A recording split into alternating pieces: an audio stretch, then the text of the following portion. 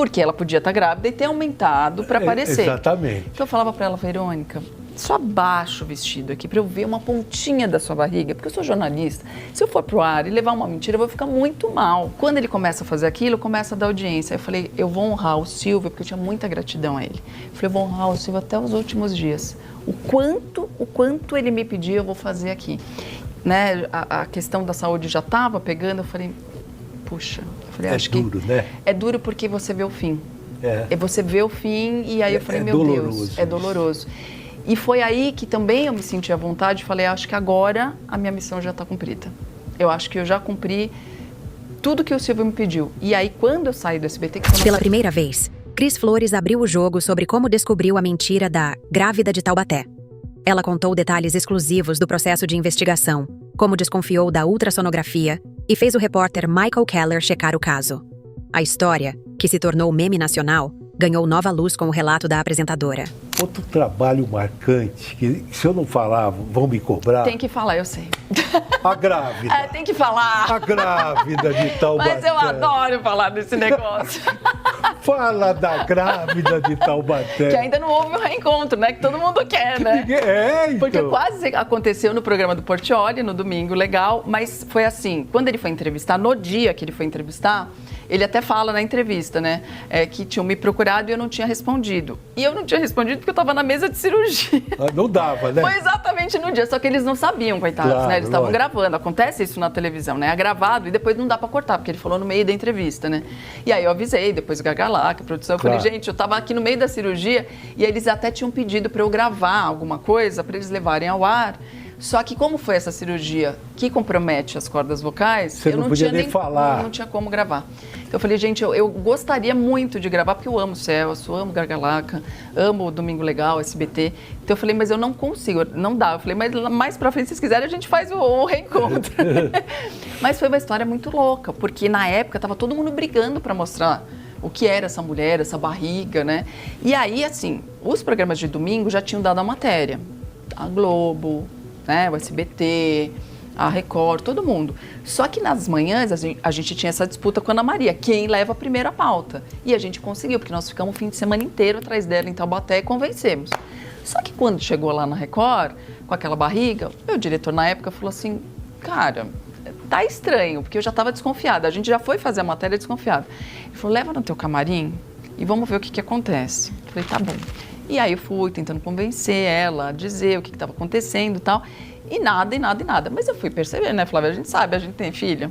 A mulher grávida, para levantar, para sentar... Tem alguns truques, né? Tem, né? E ela com uma barriga de 4 meninas, né? Não dava para estar naquela agilidade toda. E ela não tinha nenhum inchaço no corpo. Assim, final de gravidez, com 4, no mínimo, o nariz, o braço, o peito dela estava menor que o meu. E eu sou despeitada. Eu na gravidez fiquei igual a Fafá, maravilhosa, entendeu? E aí, eu vendo ali aquela situação, eu falei, tem alguma coisa estranha. Eu não podia afirmar 100% que ela não estava grávida. Porque ela podia estar grávida e ter aumentado para aparecer. Exatamente. Então eu falava para ela, Verônica, só abaixa o vestido aqui para eu ver uma pontinha da sua barriga, porque eu sou jornalista. Se eu for pro ar e levar uma mentira, eu vou ficar muito mal. Tá tudo bem. E se você não tiver, você só me conta e a gente dá um jeito de fazer a história da melhor maneira. Aí ela começou a chorar. Eu sabia, não tinha que ter vindo aqui. E aí começou, aí ela estava com o filho pequeno. E o menino chorava. E aí isso me partiu o coração. Porque eu falei, eu não vou mais para o embate com ela, porque ela pode estar grávida primeiro e tem uma criança chorando. E aí ela falava assim para mim, eu devia ter ido na Ana Maria Braga, todo mundo me falou. Devia ter ido lá, não devia ter vindo aqui. Mas foi para o ar, porque na época a gente conversou com a direção da Record e eles falaram, olha, vamos acreditar nas pessoas. Ela tem os exames, ela tinha de fato os exames, só que estava tudo falsificado, né? Vamos acreditar, vamos dar uma chance para ela. Uma emissora religiosa que, né, achou por bem acreditar no ser humano, né? Que é isso que a gente faz. Só que aí o Michael Keller, grande repórter do Domingo Espetacular, estava acompanhando o dia dela. Ia para Taubaté com ela. E ele estava no cantinho ali do estúdio. Aí eu falei, Michael, tem alguma coisa errada. Ela ficou muito nervosa, ela não quis contar. Você vai para Taubaté, vai atrás que você vai descobrir alguma coisa. Dito e feito, ele foi, já no caminho, ele já foi atrás, descobriu o médico, descobriu a falsidade lá dos exames e no Jornal da Record, naquele mesmo dia, já foi desmascarado. Então, eu desconfiei, mas quem foi lá e assinou a grávida final foi ele. Olha só. Ô, Cris, você usa muito as redes sociais, né? Uso, teve um período que eu fiquei um pouco afastada porque estava me fazendo mal, Claro. né? Então, assim, eu achei que era por bem ficar afastada, mas uso, me informo pelas redes sociais, porque eu acho que é isso também. Cris falou sobre sua trajetória no SBT. Ela contou que foi o próprio Silvio Santos quem acreditou no seu potencial e a escolheu para integrar o Fofocalizando. Cris explicou como o programa havia sido uma aposta arriscada, misturar fofoca, celebridades e audiência jovem. Ela disse que Silvio cobrou que o formato fosse leve, rápido e conectado à internet, e que o apoio dele foi essencial para sua credibilidade e para resistir às críticas iniciais. A minha ida para o Fofocalizando, isso eu vou te contar, não contei para ninguém. Eu estava no Fábrica, e aí o Fábrica teve que parar, porque veio a pandemia, não teve jeito. Como ia fazer o programa? Não tinha como. Foi um projeto que eu fiz com muito amor e carinho. Era um projeto que era um conteúdo 100% brasileiro e do zero, porque existia uma ideia. Era uma ideia do SBT com a Discovery de fazer um formato sobre casamentos no Brasil. Mas não era um formato gringo, como a gente vê muitos aí. Então não tinha uma bíblia, né? Que você ia seguir aquela bíblia e tal. Então jogaram o projeto e falaram, façam. Então, eu tenho muito orgulho porque eu participei da criação desse projeto, né? Da gente aceitar o Ricardinho, que te dirige, inclusive. Maravilhoso, que ajudou muito. Aqui, né? Exatamente, um grande diretor, diga-se de passagem, que preza pelo conteúdo, pela qualidade. Eu sei disso muito bem. E aí nós pegamos com outras pessoas, sentamos e fizemos esse projeto sair do papel e ter uma cara. Então, eu me orgulho muito disso, porque eu pude participar também de fazer o conteúdo, de formatar um projeto.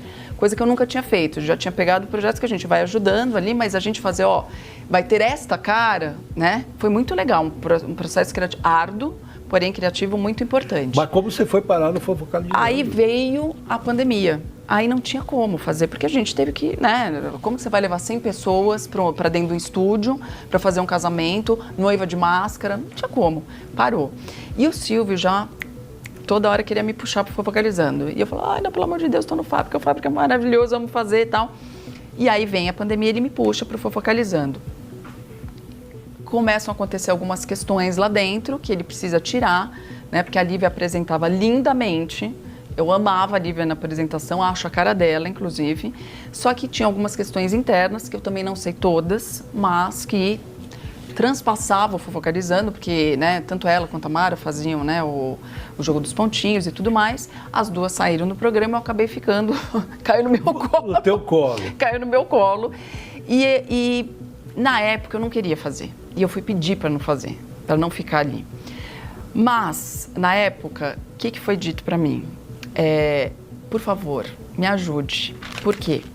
Porque a emissora precisa ter um programa ao vivo e um programa que fature. Porque a única coisa que a gente tinha era o jornalismo. Todos os outros programas estavam gravados ou em reprise. E o jornalismo do SBT, naquela ocasião, estava embaixo. Exato, exatamente. Porque assim, né, era aquilo, foi, né? Quando a Record passou. Foi quando a Record... Exato. Porque houve um investimento muito grande da Record, né? Então, era necessário estar no ar. E aí eu falei, meu Deus, se eu sair do ar agora, se eu parar esse programa, muitas famílias vão sofrer aqui dentro da emissora. Essas famílias precisam de mim. Vamos abraçar e vamos fazer o melhor que a gente puder fazer. E assim eu fui ficando. E ele ligava todos os dias, faz isso, faz aquilo, conta a piada do Ari Toledo. Eu falei, Silvio, pelo amor de Deus, eu não sei contar piada. Ele falou, mas aí que vai ser engraçado, por isso vão rir dessa cara. E aí ele pegou o livrinho velho de piadas do Ari Toledo, me deu, mandou, aí fui ler as piadas e mandava tocar o hino da Marinha, mandava tocar a Cid Almeida, Silvio Caso, as pessoas, meu Deus do céu, mas como... Eu falei, gente, ele tá em casa, ele tá assistindo o programa, ele tá curtindo. E pior é que dava audiência, porque as pessoas estavam em casa e tinha muita gente também que gostava daquilo. Então tinha um público mais velho que estava em casa sem companhia e sem programa para assistir. Quando ele começa a fazer aquilo, começa a dar audiência. Eu falei, eu vou honrar o Silvio, porque eu tinha muita gratidão a ele. Eu falei, eu vou honrar o Silvio até os últimos dias. O quanto ele me pedia, eu vou fazer aqui. E ele me dava altas dicas. Então, assim, fale como se você estivesse na rádio. por isso que às vezes o Silvio repetia muitas coisas, as pessoas, nossa, mas o Silvio não sabe quem é ela, não sabe qual é o programa dela, não sabe... Ele sabia tudo, só que ele queria marcar a comunicação para que as pessoas em casa gravassem, né? E ele dizia, fala como você está na rádio, vai narrando, vai explicando, com calma, com respiração, para que todo mundo te escute, desde o bebê até a senhora. Então, eu fui aprendendo muito, ele ligava todo dia, eu ia participar bastante do programa dele, tive várias oportunidades de estar no camarim com ele, dele me passar dias, então eu falei, eu vou honrar até o final. E aí, numa das últimas vezes que eu tive com ele, que eu vi que, de fato, né, a questão da saúde já estava pegando, eu falei, puxa, eu falei, acho duro, que né? É duro porque você vê o fim. Você vê o fim e aí eu falei, meu Deus, é doloroso. E foi aí que também eu me senti à vontade e falei, acho que agora a minha missão já está cumprida. Eu acho que eu já cumpri tudo que o Silvio me pediu. E aí, quando eu saí do SBT, que foi uma saída muito tranquila, muito linda, né? Porque as pessoas, saiu, ninguém quer saber. Foi nada disso. A minha conversa com a Daniela foi excelente. E um dos pontos da Daniela foi o que o pai dela achava de mim. E foi lindo o que ela escreveu, foi lindo o que ela me mandou.